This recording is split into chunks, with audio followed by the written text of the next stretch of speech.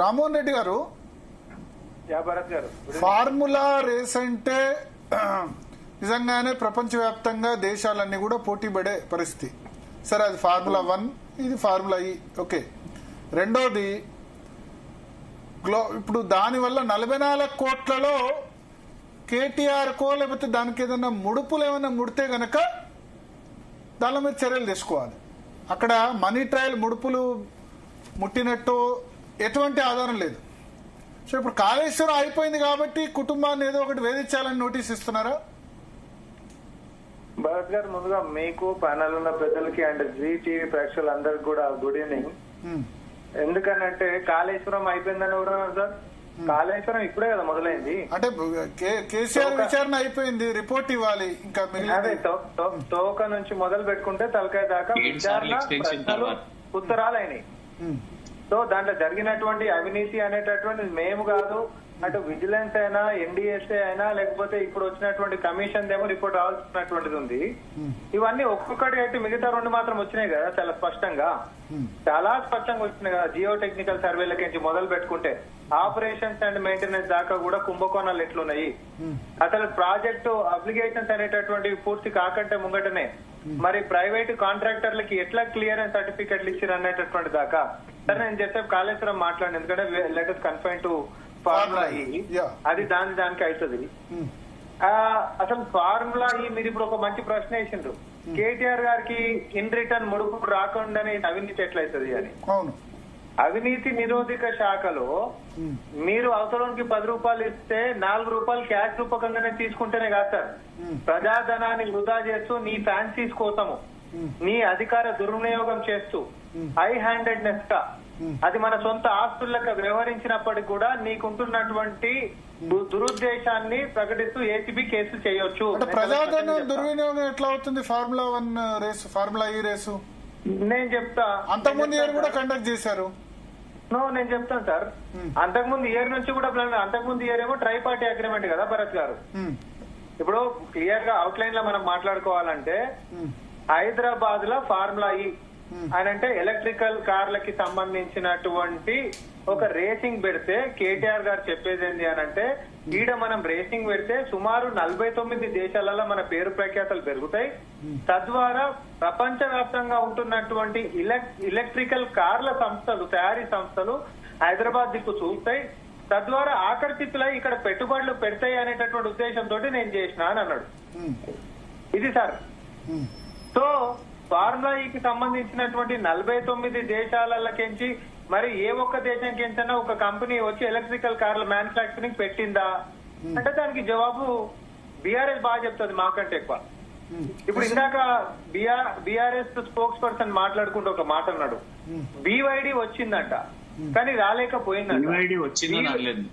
అదే రాలేకపోయింది. పోనీ what ever it is, when you try to claim that BYD try to invest in Hyderabad especially, వాళ్ళు చాలా స్పష్టంగా భారతదేశంలోనే మా యొక్క ఎక్స్ప్లోరేషన్స్ లేవు అని చెప్పి ఈ దుష్ప్రచారాలు పోతున్నటువంటి గాను ఆ సందర్భానికి ఇన్ రిటర్న్ గా అఫీషియల్ గా వాళ్ళు ఇచ్చినటువంటి న్యూస్ సార్. మీ ముంగట ల్యాప్టాప్ ఉంటే మీరు గూగుల్ సర్చ్ లో బీవైడీస్ ఏమంటారు reply to or response to India's investments అని చెప్పి ఒకసారి కొట్టండి వస్తుంది. కృషాంక్ గారు ఏదో చెప్పాలనుకుంటారు, చెప్పండి కృషాంక్ గారు. అయిపోయినాక చెప్పానండి ప్లీజ్. నేను చెప్తాను. చిన్న అసలు భారతదేశంలోనే వాళ్ళ ఎక్స్ప్లోరేషన్ లేనప్పుడు భవిష్యత్తులో బీవైడీ వచ్చేది అనేటటువంటి క్లెయిమ్ చేసుకోవడానికి టెస్లాను కూడా ఇన్వైట్ చేద్దాం అనుకున్నాం అంటున్నారు. ఇన్వైట్ చేద్దాం అనుకుంటే నువ్వు రేస్ పెట్టుకోవాల్సిన అవసరం ఏముంది? ఆకర్షితులు అవుతారు కాబట్టి పెట్టినావు నువ్వు. 49 దేశాలలో మనం ప్రపంచ పటంలోకి ఎక్కినామని అన్నావు. ఎన్ని కంపెనీలు వచ్చినాయి? అమర్ రాజా చెప్తున్నాడు. మరి ఫర్ యువర్ కైండ్ ఇన్ఫర్మేషన్, అక్కడ కృష్ణన్ గారు గానీ కేటీఆర్ గారు గానీ వాళ్ళ యొక్క గ్లోబల్ హెడ్ క్వార్టర్స్ దశాబ్దాల క్రితం హైదరాబాద్ బేస్డ్నే ఉంది. మీరు కొత్తగా తీసుకొచ్చి పెట్టినటువంటి దుకాణం ఏం లేదు, వాళ్ళ బ్యాటరీల దందనే ఉంది. వాళ్ళ ఎలక్ట్రికల్ కార్ల యొక్క యూనిట్ కొత్తగా సంకల్పించినటువంటిది ఏం లేదు. ఈ కార్ రేట్లను చూసి ఏమంటారు ఇంప్రెస్ అయిపోయి. రెండవది బీవైడీ అయిపోయింది, ఇది అయిపోయింది. కొత్తగా మధ్యలో హుండాయ్ అని చెప్పి కూడా మాట్లాడిండ్రు. ఎందుకంటే అది కేటీఆర్ గారు మాట్లాడుతున్నారు కాబట్టి నేను చెప్తా ఉన్నా. హుండాయ్ ఏంటని పెట్టింది భరత్ గారు ఎలక్ట్రికల్ కార్ యూనిట్స్ కనీసం అట్లాంటి ప్రపోజల్స్ ఏంటైనా పెట్టిన చరిత్ర ఉందా? ఇది కేవలం ఎన్నికల కంటే ముంగట కేటీఆర్ ఐటీలో ఏదో చేసేస్తుండు, ఈయనేదో గ్లోబల్ స్టార్ అనేటటువంటి ఆయన ఫ్యాన్సీస్ ని తీర్చుకోవడానికి, తద్వారా సినిమా ఇండస్ట్రీలకు దగ్గరైందేమో తప్ప లేకపోతే సెలబ్రిటీలకి ప్రొఫైల్ పెద్ద ఇక్కడ ఒక పాయింట్ ఆయన తెలంగాణ ప్రజల్ని అట్రాక్ట్ చేసేందుకు కానీ క్రిమినల్ కాన్స్పిరసీ లేదు కదా అంట.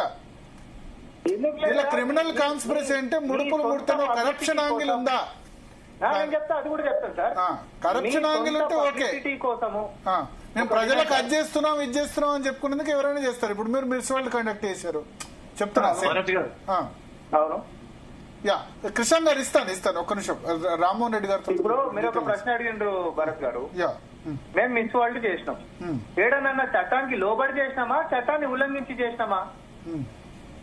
ముఖ్యమంత్రి గారి పరిధిలో చేసినామా, కేబినెట్ పరిధిలో చేసినామా, లేకపోతే ఎవరు తెలియకుండా తాటుకు మాటికి సొంతంగా సంతకాలు పెట్టి నోట్ ఫైల్ మీద జస్ట్ కన్సెంట్ ఇచ్చినందుకు కోట్ల చెల్లింపులు చేసుకుంటూ పోయినామా? మేము ఎక్కడనన్నా రాజ్యాంగానికి కట్టుబడకుండా గిట్ట చేసింది ఉందా? చట్టాన్ని చేతిలో తీసుకున్నటువంటిది గిట్ట ఏమైనా ఉందా? లేకపోతే సెక్రటేరియట్ బిజినెస్ రూల్స్ ని ఉల్లంఘించినటువంటిది ఉందా? లేకపోతే ఫైనాన్షియల్ కోర్టుని తుంగల తొక్కినటువంటిది ఏమైనా ఉందా? ఫార్ములా ఈ కేసు మొత్తం అదే కదా. బిజినెస్ రూల్స్ ఇప్పుడు హెచ్ఎండిఏకి సంబంధించినటువంటిది 10 కోట్ల రూపాయల కంటే ఎక్కువ అనుమతులు ఇవ్వడానికి అవకాశం లేదు, దానికి క్యాబినెట్ నుంచి ఉండాలి. ఇంకోటి హెచ్ఎండిఏకి మంత్రి గారు అనేటోళ్ళు వైస్ చైర్మన్ లెక్క ఉంటారు, దానికి చైర్మన్ లెక్క ముఖ్యమంత్రి గారు ఉంటారు. అసలు దాని మీద ప్రిలిమినరీ ఎంక్వైరీ జరిగిన తర్వాతనే కదా గవర్నర్ గారి దగ్గర విచారణ చేయాలని చెప్పి ప్రజాప్రతినిధి అయినటువంటి కేటీఆర్ గారిని విచారణ చేయాలని చెప్పి అనుమతి కోరినాము. 4 రోజులు సమయం తీసుకుంటారు భరత్ గారు, 4 రోజులు సమయం తీసుకుంటారు. మేము ఆ కేసు పెట్టి సెక్షన్స్ చూసినాక నేను లీగల్ గా నేను సంప్రదింపులు చేస్తా, తర్వాతనే నేను దీనికి అనుమతిని ఇస్తా అని చెప్పి గవర్నర్ గారు 1 మంత్ లీగల్ సలహాలు సూచనలు తీసుకున్న తర్వాతనే మాకు అనుమతులు ఇచ్చారు. నేను ఒకసారి గుర్తు చేస్తా ఉన్నా దీన్ని. అసలు హెచ్ఎండిఏ నుంచి డైరెక్ట్ గా నేరుగా డబ్బులు మీరు ఎఫ్ఈఓకి ఇవ్వడానికి మీరు ఎవరు సార్? అసలు ఇంకోటి ట్రై పార్టీ అగ్రిమెంట్ ఉంది, ఎవరెవరికి ప్రమోటరు, తర్వాత ఫార్ములా ఈ ఆర్గనైజేషన్ అండ్ హెచ్ఎండిఏ. మనం కేవలం ఫెసిలిటేటర్స్ సార్ అగ్రిమెంట్ ప్రకారము. ఈ అగ్రిమెంట్ 2 ఏళ్ల కోసం మనం చేసుకున్నాము.